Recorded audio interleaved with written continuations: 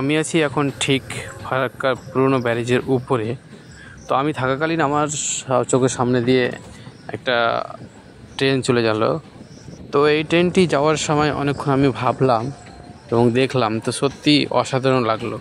তো যাই হোক, ট্রেন যাওয়ার বিষয়টা সত্যি খুব ভালো লাগলো। তো আজ দিয়ে দেখতে পাচ্ছি লরি এবং ছোটো ছোটো গাড়ি বিভিন্ন রকম যাচ্ছে, এর ভেতরে মানুষগুলো দেখতে পাওয়া যাচ্ছে, মুখ দেখতে পাওয়া যায়। এই মুহূর্তে ট্রেনটি চলে গেল।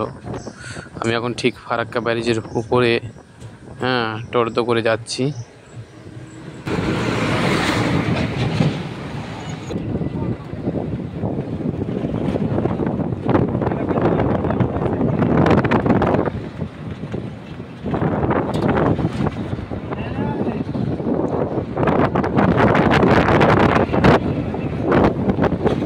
তো আমি এখন দেখাবো ফারাক্কার পুরনো ব্যারেজের শুরু থেকে শেষ পর্যন্ত কি কতটি গেট রয়েছে, পুরোটাই কিন্তু আমি দেখাবো।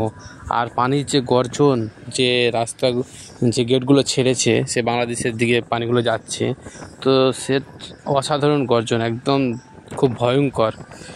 পানির আওয়াজ শুনে বুকের ভেতরটা কেঁপে উঠবে। সত্যি খুব গর্জন, খুব জোরে আওয়াজ করছে। শুনে যদি এত ভয়, তো যদি আবার দেখা যায় তো কতটাই না ভয় লাগবে। তো যাই হোক, আমি দেখতে যাচ্ছি না, কারণ এখানে ফারাক্কা ব্যারেজের উপরে গাড়ি থামানো যাবে না।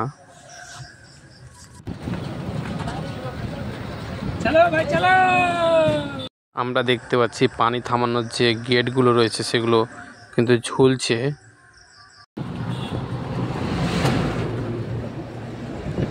গেট করা हुआ।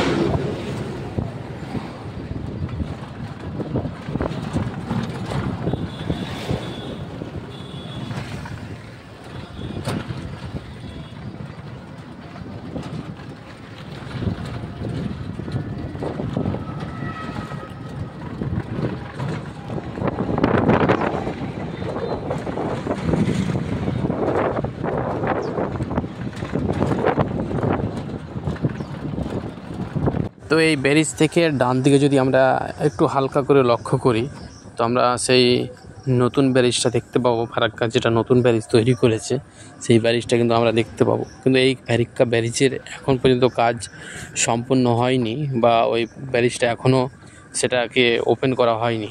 তো যাই হোক, সম্ভবত 2026 সালে প্রথম দিকে হয়তো ওটা শুরু হতে পারে, এখন ওটা বন্ধই রয়েছে।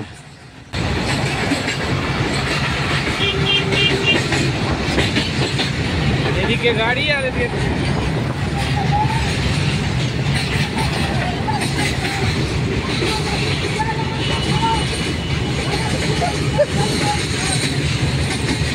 কি কর।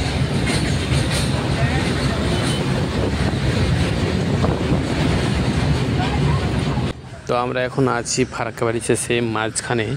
তো আমরা থাকতে থাকতেই দেখতে পাচ্ছি ফারাক্কা ব্যারেজের উপর দিয়ে পাশ দিয়ে আমাদের রেল চলে যাচ্ছে দেখতে পাচ্ছি।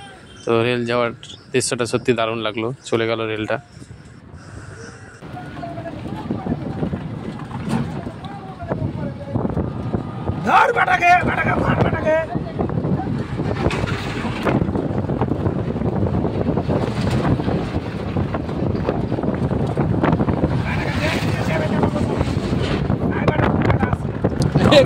মুর্শিদাবাদ থেকে মালদার দিকে যাচ্ছি। তো কিছুক্ষণ পরে দেখতে পাবো ফারাক্কা ব্যারেজের শেষ প্রান্তটা।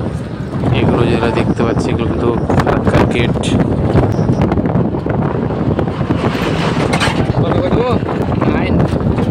না থাকে মোবাইল কে মোবাইল না দিলে কিছু থাকে।